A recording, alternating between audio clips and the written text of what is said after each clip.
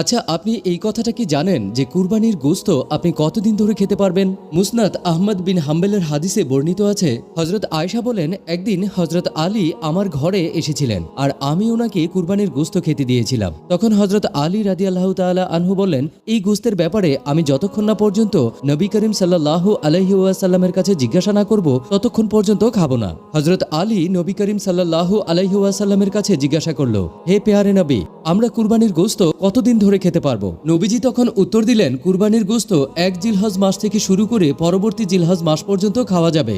এর মানে হলো কুরবানির গোশত পরিপূর্ণ 1 বছর ধরে সংরক্ষণ করে খাওয়া যাবে। তারপরেও এখানে একটা কিন্তু আছে। নবীজি বলেন, কুরবানি দেওয়ার পর কুরবানির গোশত গরিব, মিসকিন, দুস্থ মানুষদের দেওয়ার পর, আপনার গরিব আত্মীয় স্বজনদেরকে বিলি করার পর যতটুকু আপনার অংশে থাকবে ততটুকু আপনি সারা বছর সংরক্ষণ করে খেতে পারবেন। আল্লাহ আমাদের সকলের কুরবানি কবুল করে নিন। তাই কমেন্ট